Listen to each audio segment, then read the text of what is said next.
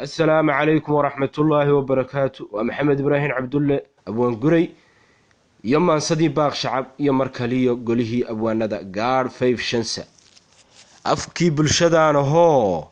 برتي ومدني ربتيو dadkani wuxuu baahi qabo tixbaan ugu baahiyaa bishaaro wanaagsan iyo baraaraha soo socdiyo inaynu baraarugniyo bil khayr baan saadiyaa wariyo baaq baan sidaa bayaan shacab baan wadaa xuquuq baan baadhayaa cadaaladda baylahdiyo sinaanta la baaba'shiyo xaqsoor baan baafiyaa sharciga laga baydhay iyo wixii 100 jeer ogaan xeer iyo qodob loo burshee waliba laga baydhay iyo dastuurka la baalmaraan batuunow diidaya inaan bari iyo galbeed la kala badsan dowladdo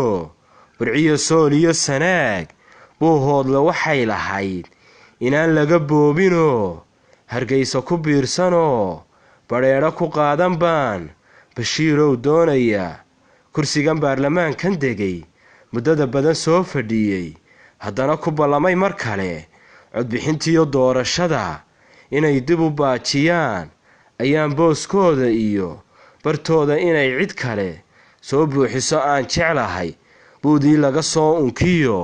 siday u bilaabantiyo markii beledkani cusbaa habkii loo soo buddhigay nidaamkiyo beelihii xal baynu markaa bidnoo badbaadaan moodayne ileen burbur iyo dagaal